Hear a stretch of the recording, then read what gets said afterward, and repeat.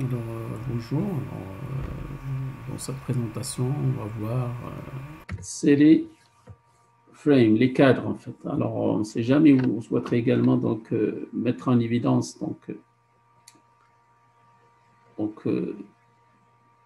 des frames. Donc, alors tout simplement, donc c'est quoi l'utilité? On parle plus donc aujourd'hui des cadres. Alors, vous pouvez les remplacer par l'effet de style. Il y avait donc avant, c'est ça l'histoire en fait, pour structurer vos pages. Donc, ils ont commencé juste par des balises simples. Ensuite, ils ont passé les tableaux pour structurer les pages. Donc, et ensuite, ils ont passé les cadres. Et aujourd'hui, on parle des faits de style. Donc, c'est ça la hiérarchie en fait donc, de l'organisation des structures de pages. Alors, c'est une possibilité qui reste toujours valable. Hein, donc, c'est possible. On ne sait jamais vous souhaiterez diviser la fenêtre au lieu de visualiser une page, vous pouvez visualiser donc autant de pages. C'est une possibilité également qui reste. Donc, il y avait donc cette possibilité avant. Alors, c'est quoi en fait le découpage possible? Donc, il y a plusieurs manières pour découper en fait la fenêtre principale. Il y a plusieurs possibilités. Alors, tout simplement, qu'est-ce qu'il faut faire? Il faut utiliser donc frameset slash frameset. Alors, si vous souhaiterez faire un découpage, donc, il faut utiliser donc frameset slash frameset. Donc, bien sûr, frameset remplace le bout du. Parce qu'aujourd'hui, donc, presque tous les navigateurs interprètent donc, les cadres, les framesets. Il y avait donc un problème avant, mais aujourd'hui, il n'y a pas de problème. Vous pouvez donc les utiliser facilement. Donc, ce n'est pas utile d'utiliser le corps, en fait, puisque vous allez juste faire un découpage dans cette page-là. Donc, il va faire juste le découpage, et dans chaque cadre, vous allez insérer une page. Donc, tout simplement, pour faire ça, donc pour réaliser ça, vous allez utiliser frameset avec les paramètres nécessaires, bien évidemment. Alors, quelles sont les possibilités pour faire le découpage? Alors, il y a tout simplement deux attributs, donc deux paramètres, donc soit en colonne, soit en ligne. Vous pouvez faire les deux à la fois, bien évidemment, on verra donc, par la suite. Pour faire un découpage, par exemple, le 2 cadres, séparé verticalement, c'est 20% 80. Sinon, on va étoile. Étoile remplace la suite. Sinon, vous pouvez faire un découpage comme ça, séparé verticalement. Pour chaque cadre, le pourcentage. Soit en pixels également. Donc, sinon, vous pouvez mettre le premier cadre avec un pourcentage et le reste, c'est étoile. Donc, c'est une possibilité également à mettre en évidence. Par exemple, vous souhaiterez donc faire un découpage vertical de cette manière-là. Alors, qu'on va faire donc, tout simplement. Alors, j'ai déjà donc des exemples. Donc, voilà.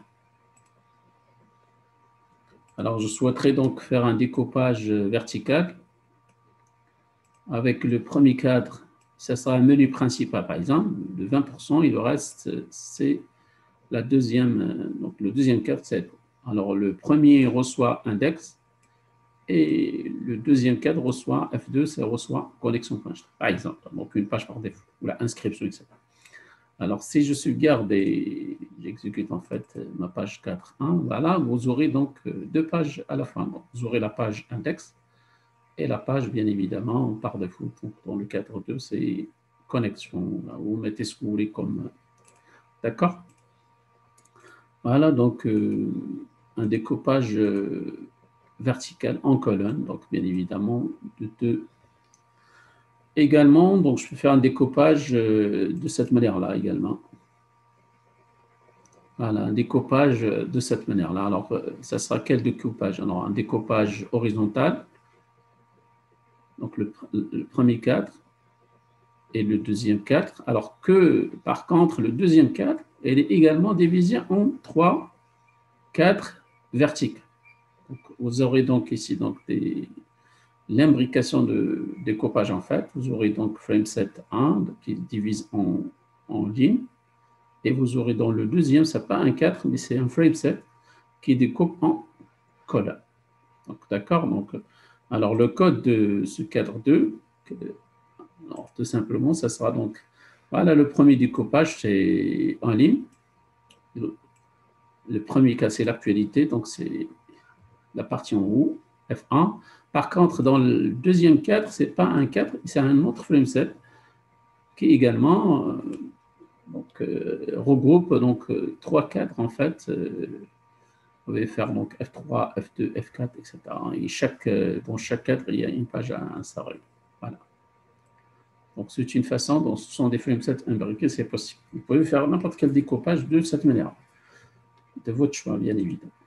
Voilà, donc je pense que c'est ça les différentes possibilités. Donc, également, donc, je ne l'ai pas dit, donc, dans votre page, bien évidemment, donc, si vous souhaiterez donc, récupérer le résultat de chaque lien ici, par exemple, donc, à chaque fois que je clique, ce n'est pas dans cet exemple, donc je vais donc passer le premier exemple, en fait, le 4.1, parce que je ne l'ai pas mis dans le... Alors, vous souhaiterez récupérer les résultats donc, des liens. Donc, normalement, par défaut, les résultats, en fait, les pages qui sont associées aux liens, ils seront affichés dans le premier cadre, par défaut. Mais vous pouvez diriger l'affichage dans le deuxième cadre, alors, de cette manière, voilà. Donc, je peux, bien évidemment... Alors, qu'est-ce qu'il faut faire? Donc, tout simplement, il faut insérer dans cette page-là, donc dans le code source de cette page-là, d'accord, index par exemple, ça c'est la page index. Qu'est-ce qu'il faut faire? Donc tout simplement dans cette page-là, qu'est-ce qu'il faut rajouter? Alors tout simplement, il faut rajouter dans les liens qu'on a déjà vus, donc là, vous rajoutez, donc, que ce soit pour les aériens, donc les zones sensibles, que ce soit pour les liens internes, que ce soit pour les liens externes. D'accord? En fait, généralement, ce sont des liens, donc, à part si vous souhaiterez faire le lien externe et interne en même temps. Mais normalement, ce sont des liens externes, hein, soit sur les ondes sensibles. Alors, vous rajoutez, pardon, donc c'est le mot target et vous rajoutez, donc vous allez rediriger donc l'affichage de cette page-là dans quel cadre? Alors, vous donnez donc, bien sûr, ça sera dans le cadre de F2. Voilà. Vous mettez dans tous les liens, donc, la redirection vers quel cadre? Voilà, il faut rajouter target, en fait, partout dans les liens que vous avez dans la page index, que vous avez ici.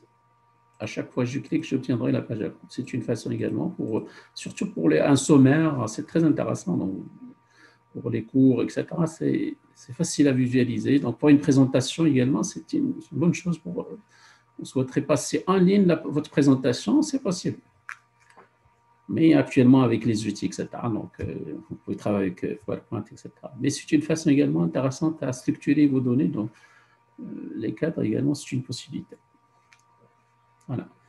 Donc, je pense que c'est clair. Donc, pour les, etc. Vous cherchez les autres paramètres, etc.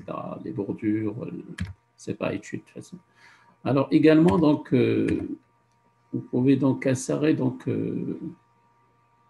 actuellement, donc, pour l'incompatibilité, aujourd'hui, il n'y a pas de problème. Je pense que tous les navigateurs interprètent les cadres. Alors, une autre possibilité, donc, les corames utilisés actuellement, ils restent toujours valables, c'est les iframes, donc c'est les cadres locaux. Donc, si vous souhaiterez insérer dans votre page donc, un cadre, par exemple, pour spécifier l'adresse, le lieu de votre organisation, le lieu de votre établissement, à n'importe quelle façon, donc une simulation, etc., donc quelque part dans votre page, donc c'est une possibilité, donc vous utilisez les iframes, ou là des vidéos, etc., donc, à présenter quelque part. Donc, généralement, donc, on utilise le iframe, la source. Donc, c'est ça le paramétrage, en fait, à spécifier. Donc, la source et la largeur et la hauteur de ce cadre lequel, en fait. Alors, par exemple, j'ai déjà donc, cet exemple. Donc, vous pouvez visualiser, par exemple, donc, de cette manière-là. Par exemple, j'affiche la première page et la deuxième page. La page index, et à côté, donc, la deuxième page. Et je navigue localement. Donc, d'accord. Ça, c'est la page index. Et ça c'est la page, d'accord. Alors, le code source, en fait, donc, c'est simple. Qu'est-ce qu'il faut faire? Donc, vous mettez iframe, la source. Donc, je spécifie dans ce cadre lequel, index.html, et la largeur, la hauteur, facilement, et voilà. Donc, c'est pas utile /iframe. Également, je peux insérer à côté de ce cadre, le cadre, donc le deuxième également, qui contient la page connexion, inscription, donc de la même façon. Mais le plus important, généralement, quand est-ce qu'on utilise cette manière, cette possibilité, donc c'est ça. Donc, on ne sait jamais où vous souhaiterez, donc, par exemple, présenter donc,